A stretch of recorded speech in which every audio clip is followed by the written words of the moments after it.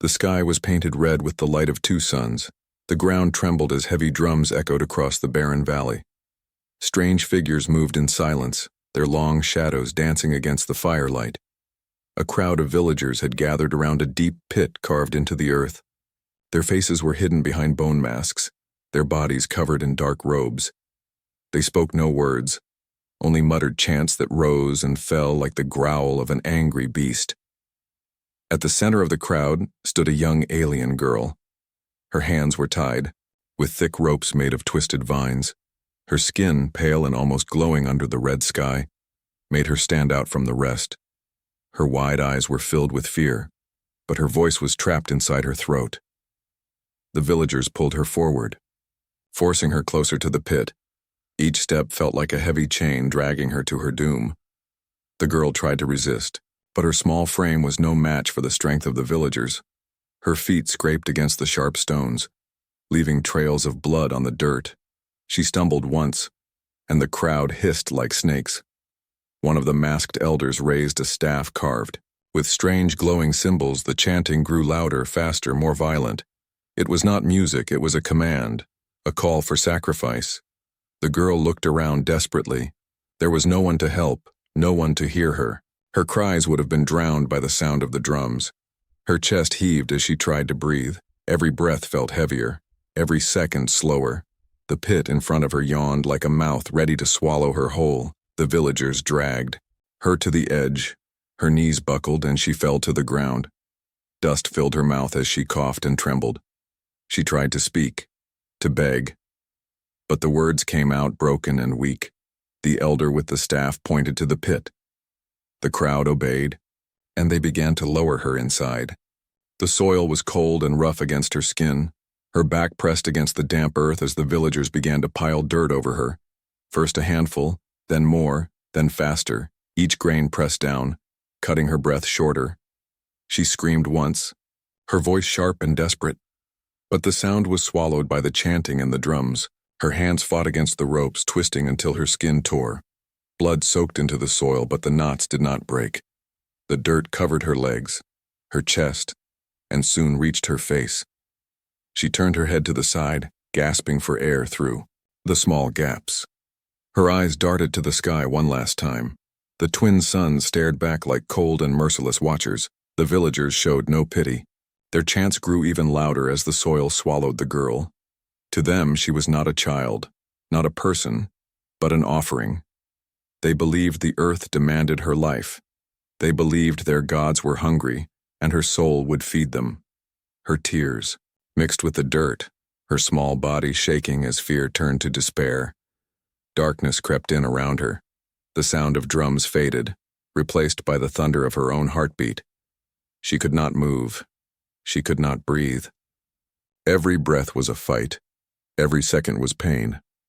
Her lungs burned as she pulled in the last thin threads of air. Her mind screamed, but no sound escaped her lips. Above the ground, the villagers raised their hands to the sky. The elder struck his staff against the earth, sending a shiver through the pit. The chanting reached its highest pitch, then stopped all at once. Silence filled the valley, broken only by the crackle of fire. The sacrifice was complete. The villagers turned away, leaving the pit behind them. Beneath the soil, the girl was still alive. Her weak fingers scraped at the earth, her body trembling. She tried to push against the weight pressing down on her chest. Her nails broke, her arms burned, but she kept fighting. Her mind screamed the same. Question again and again, why me? But there was no answer. Only the silence of the earth pressing closer. Her vision blurred, her body weak. Every moment felt like the end. Yet her spirit clung to life. She did not want to die. Not like this. Not buried in the cold, dark ground. Tears rolled down her cheeks and sank into the soil. Her heart beat slower, each thump weaker than the last. Hope slipped away with the fading light inside her eyes. And then, just before she surrendered to the black void, she felt something. A vibration in the earth. Not from drums, not from chants. It was different, steady, strong. A hand broke through the soil above her, a hand that did not belong to the Villagers' warm fingers touched hers, pulling, digging, fighting against the earth. In that final breathless moment, she realized she was not alone. The night was quiet except for the soft hum of alien insects. The twin suns had sunk below the horizon, leaving the valley wrapped in deep shadows. A cold wind carried the smell of burning wood and damp soil. Far away from the village, a lone human traveler walked across the strange land. His name was not known to the people of this world.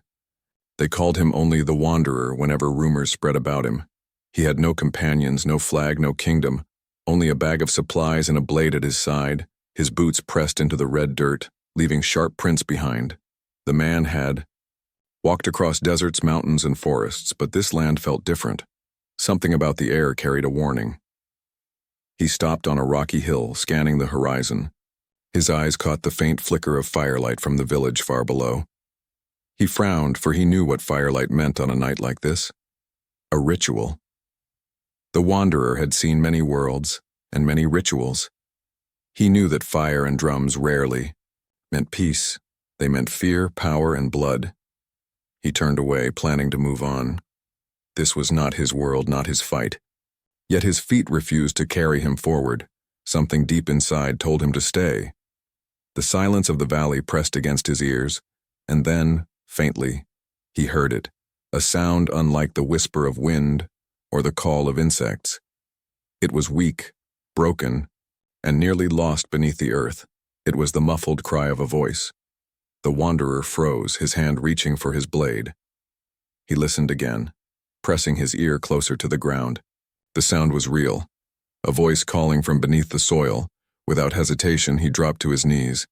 He brushed away the loose dirt, digging with his hands. The soil was heavy, cold, and packed tight. The cry grew sharper, desperate, urging him to dig faster. His nails split, his fingers bled, but he did not stop. The Wanderer was strong, but this was not a battle of strength.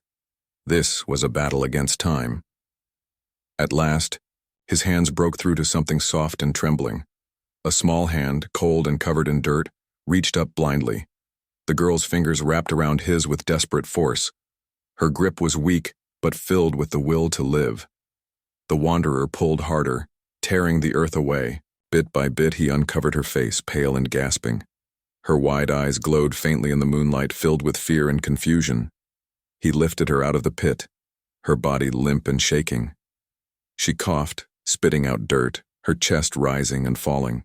As she fought for air, the Wanderer looked at her closely. She was no human. Her features were delicate, her skin strange and luminous. Her hair clung to her face, streaked with soil and blood. She was young, fragile, and terrified. But in her eyes, he saw something more. Not just fear. A spark, a light that refused to die. The girl tried to speak, but her words were broken and alien. The Wanderer shook his head, unable to understand. Still, he knew the meaning of her trembling hands and wide eyes. She was begging for safety, for life. He untied the rough vines around her wrists, her skin red and torn from struggling. Her hands clung to his arm, refusing to let go before he could ask himself why she had been buried. The answer came. The drums started again, echoing across the valley. Voices rose in chants carried by the cold wind. Torches flared in the distance, and the villagers were returning. The Wanderer narrowed his eyes. He knew what this meant. The girl was not meant to live. Her rescue was not only forbidden, it was dangerous. The girl's breathing grew faster. She pointed weakly toward the fires, shaking her head. Her entire body trembled with fear at the thought of the villagers. The Wanderer tightened his grip on his blade. He looked down at the fragile creature clutching him. Her life had almost ended in silence, yet fate had placed her in his path. He could walk away, let the villagers finish their ritual, or he could fight the darkness that ruled this world. The firelight grew stronger, the chanting louder. Figures moved between the trees, searching, hunting. The Wanderer made his choice. He lifted the girl onto his back and turned toward the forest. His legs moved quickly, carrying them into the shadows of tall, glowing trees. The girl buried her face against his shoulder, her tears wetting his shirt. Behind them, the drums grew faster. The hunters were close. The wanderer knew the chase had begun, and neither the girl nor he could afford to be caught. The forest was alive with strange sounds. Tall trees glowed with blue veins of light, their leaves swaying in the cold night wind. The wanderer moved swiftly between them, his boots silent on the mossy ground. On his back, the alien girl clung, tightly, her arms wrapped around his shoulders.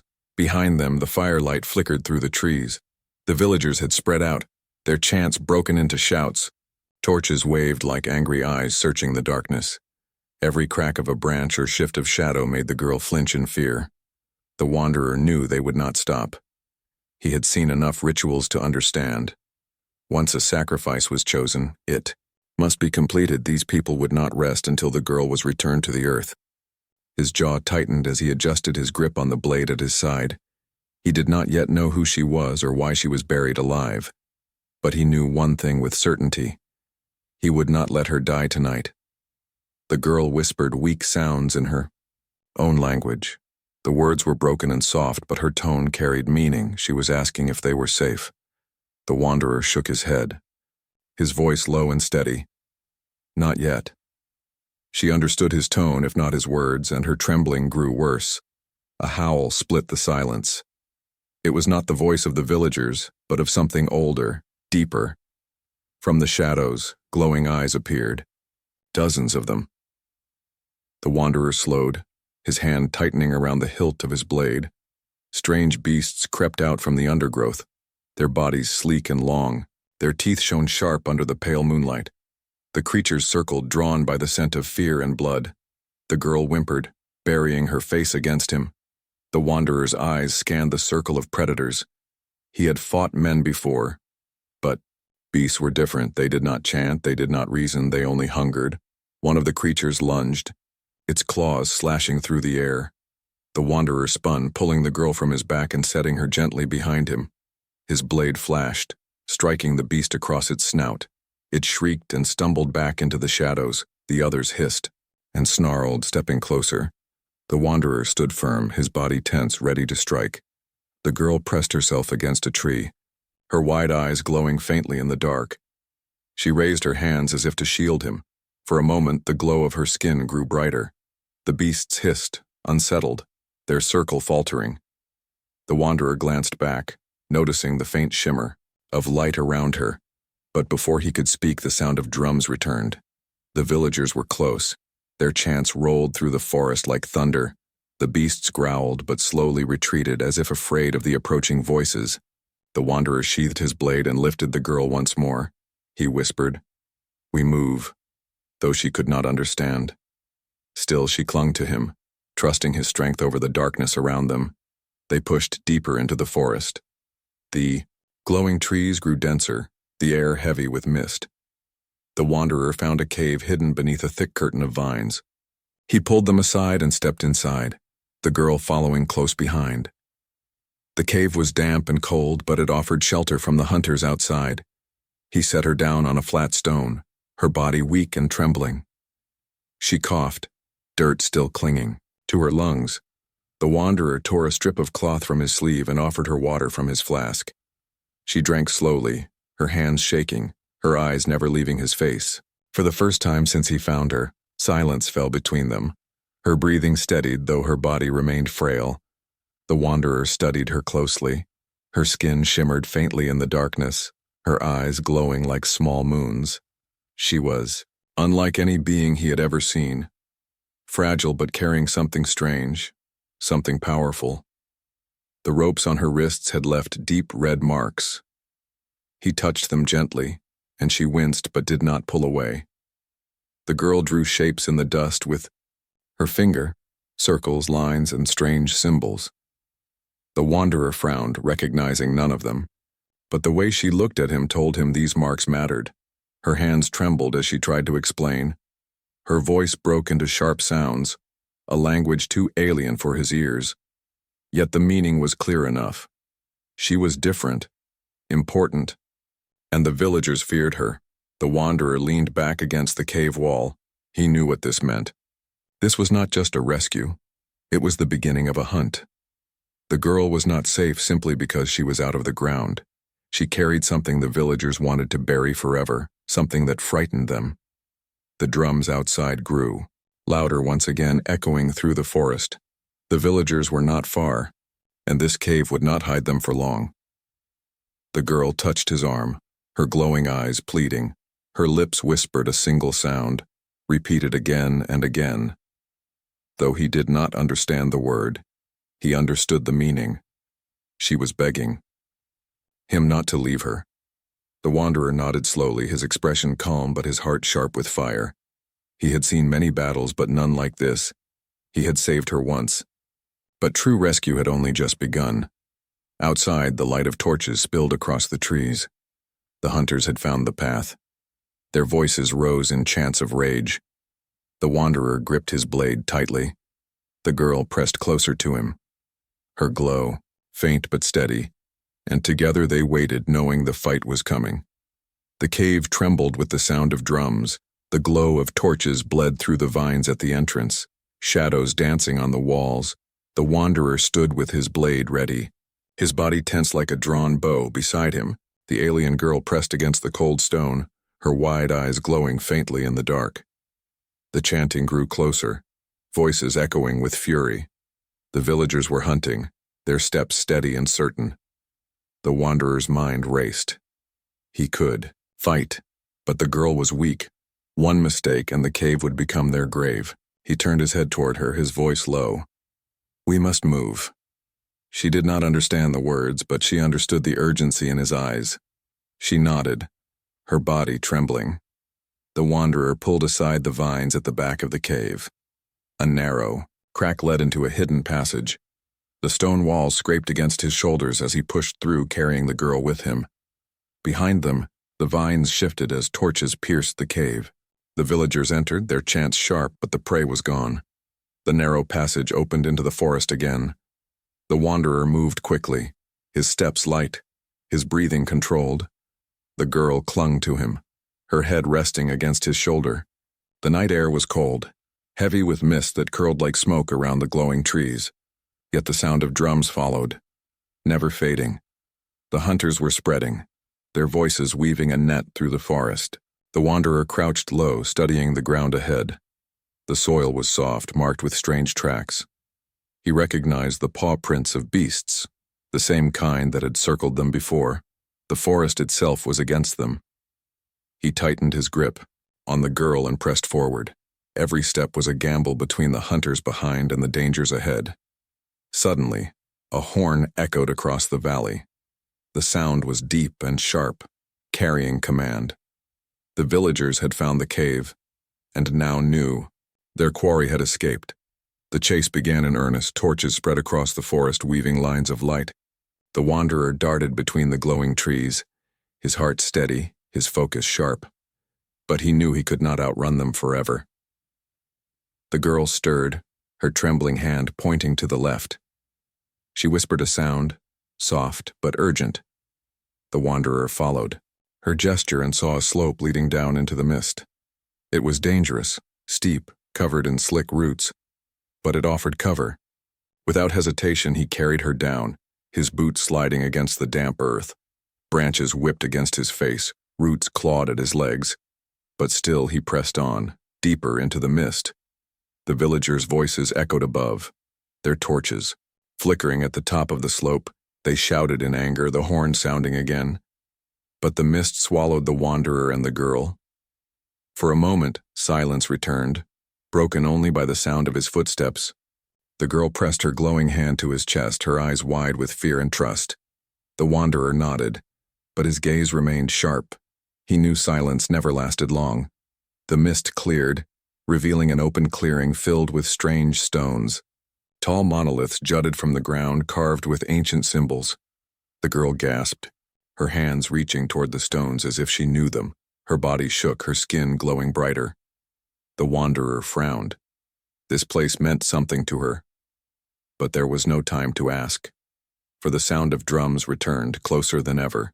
The villagers entered the clearing from the opposite side. Their torches cast long shadows across the stones. The elder with the carved staff raised his hand. The chanting stopped, silence falling heavy like a blade. The girl clutched the wanderer's arm, whispering broken words. Her fear was different now, not only of death, but of the place itself. Something about the stones frightened her as much. As the villagers, the elder struck his staff against the earth. The symbols on the monoliths glowed faintly. The girl cried out, her glow flickering as if drawn toward the stones. The wanderer tightened his hold on her, pulling her back. The villagers advanced, their chants rising again. This was no ordinary chase. This was a trap. The clearing itself was part of the ritual. The wanderer's blade flashed as he stepped forward. The first villager lunged with a spear, but the wanderer cut him down. The others pressed in, their torches blazing, their chants turning into war cries. The girl stumbled back against a monolith, her body trembling. Her glow grew brighter, brighter still until the stones themselves pulsed with light. The villagers stopped, their faces hidden but their fear clear in their hesitation. The wanderer glanced at her, realization dawning. She was not just a victim, she was the key. The ritual was tied to her, the power of the stones bound to her blood. The villagers wanted her buried not to honor their gods, but to keep her power hidden, sealed beneath the earth. The girl screamed, her glow bursting into a wave of light that shook the clearing. The villagers staggered, shielding their eyes. The wanderer grabbed her hand and pulled her away from the stones. They broke through the line of hunters, running into the dark forest once more, but as they escaped, the elder's voice carried across the night. It was not anger but a promise. "We will take her back," he shouted, his voice echoing. "No matter the cost." The girl's glow dimmed, her strength fading as the wanderer carried her again. The forest closed around them, the sound of drums and horns chasing them deeper into the unknown. The chase was not over, it had only just begun. The forest stretched endless and dark. The wanderer moved quickly, his steps steady despite the girl's weight on his back. Her glow had faded, leaving only a faint shimmer on her skin. She was weak, trembling, yet still alive. Behind them, the chants of the villagers echoed like distant thunder. But for now, they were far. He stopped by a riverbank hidden beneath thick trees. The water shimmered with pale blue light, glowing from strange stones beneath its surface.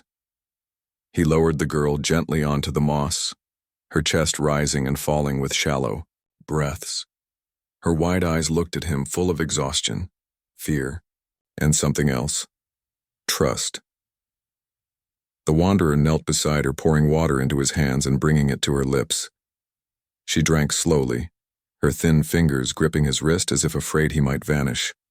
Silence hung between them, broken only by the soft ripple of the river. The wanderer studied her closely. She was unlike any alien he had seen across his travels. Her skin glowed faintly even in darkness. Her eyes burned with a light of their own, and when she had screamed in the clearing, the stones themselves had answered that was no accident. She was bound to something ancient. The girl pointed weakly toward the ground, then the sky. Her voice came in broken sounds, her language strange. The wanderer shook his head, not understanding, but she tried again, her hand tracing symbols in the dirt. Circles, spirals, lines that met at sharp angles. Her body trembled as she drew, but her focus was clear. She was trying to tell him something. The wanderer leaned closer, his sharp eyes studying the marks. They were the same patterns carved into the stones in the clearing. He frowned, his hand brushing against the dirt. The girl nodded quickly, her glow flickering. She placed her small hand on his chest, then pressed it to the symbol she had drawn. Her lips moved, repeating a word again and again. Though he could not understand, he felt the weight of its meaning. It was not only fear that had driven the villagers to bury her. It was this, the secret she carried. She was not just a captive, she was a vessel of power. The stones, the chants, the sacrifice, all were connected to her. The wanderer's thoughts sharpened like steel. If the villagers feared her, then she was more than they could control. And if they wanted her buried, it was not to protect her, but to silence her. The girl trembled, tears streaking her dirt-covered face. Her hands shook as she drew one final symbol, a shape like a star, split in half. She pressed her glowing palm to it, and for a moment the dirt itself shimmered. The wanderer's eyes widened. Her power was real, not a trick of ritual or chant. It was something raw, something ancient, and she could not control it. A branch snapped nearby. The wanderer's hand went to his blade instantly. The girl gasped, pulling closer to him, her glow flickering like a candle in the wind. He scanned the trees, his breath silent, his stance firm. For a moment, nothing moved. Then the sound of a horn split the night once more. The villagers had found their trail. The wanderer cursed under his breath. They had only moments before the hunt closed in again. But this time, it was worse. The villagers knew now what the girl was. They would not simply try to bury her. They would destroy her completely. The wanderer lifted her again, her small hands clutching his shirt. Her eyes met his, wide and pleading. Though no words passed between them, he understood. She was afraid not only of death but of herself. The drums grew louder, torches flickering through the trees. The wanderer's mind raced, searching for escape. But the forest was filled with hunters. The river cut deep and fast, impossible to cross with the girl in his arms, and the path ahead narrowed into a canyon of stone, trapped, surrounded, hunted. Yet he did not falter. The girl whispered the same word again, the word she had spoken in the clearing, the word she had drawn in the dirt. Her eyes glowed brighter, her body trembling. The wanderer shook his head, gripping her shoulders. Not yet. His voice low and firm. He feared what might happen if her power broke free again. But her glow continued to rise, her fear and desperation pulling it to the surface. The villagers broke through the trees. Their masks glared in the firelight, their spears raised. The elder with the staff stepped forward, his voice booming across the clearing. "Return the vessel, wanderer," he shouted. "She is not yours. To save."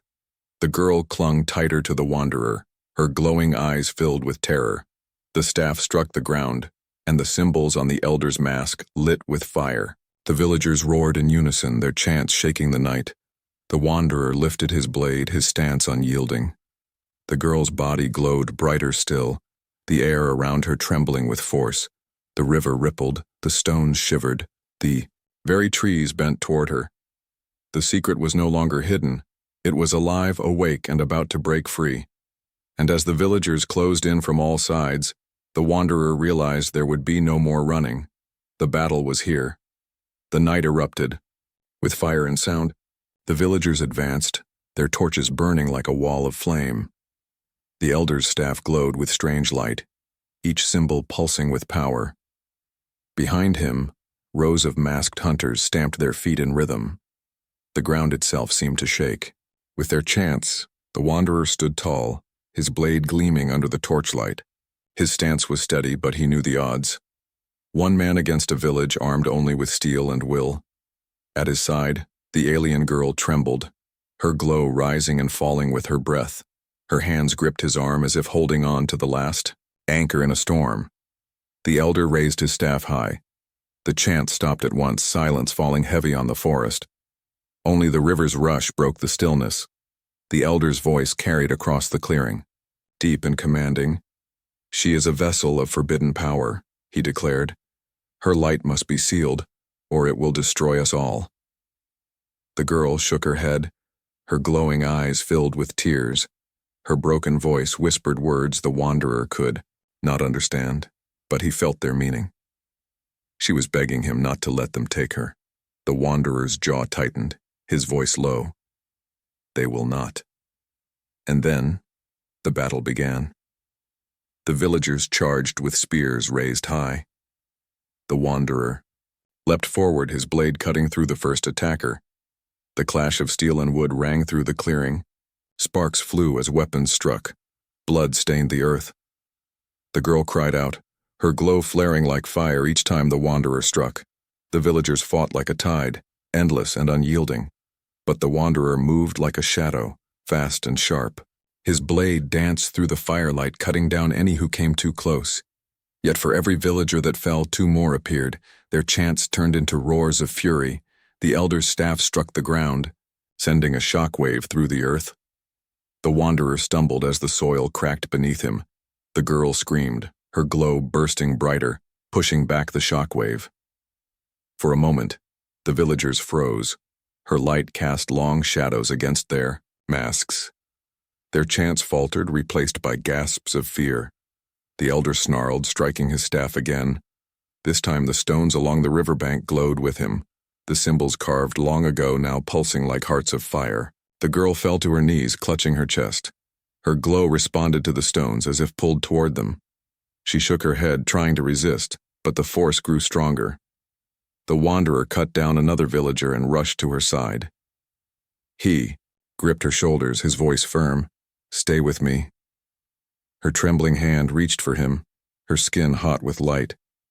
The air around them vibrated, the river churned, the trees bent. The elder pointed his staff at the girl. "She is not meant to live," he roared. "She will burn this world to ash." The villagers raised their voices again, chanting louder, faster. The symbols on the stones blazed. The girl's glow answered. Brighter than ever, her scream split the night, not of fear but of release. A wave of light exploded from her body. The villagers were thrown back, their torches snuffed out in an instant. The elder's staff cracked, the symbols burning before shattering. The forest shook as if the world itself had taken a breath. The wanderer shielded his eyes, his body pressed close to hers. When the light faded, the clearing was a ruin. Torches lay broken. The river surged high. The ground cracked deep. The villagers groaned, scattered across the earth. Some crawled. Others lay still. The elder rose slowly, his mask cracked, his staff broken in half, his voice shook with rage and fear. "She cannot be controlled," he hissed. "She will destroy everything." The girl lay weak in the wanderer's arms, her glow dimming, her eyes half closed. She looked at him with silent fear, as if asking what she truly was. He held her tighter, his eyes locked on the elder. "She is not your prisoner," the wanderer said. "She is not your sacrifice." The elder's hands shook as he pointed at the girl. "She is death itself," he spat.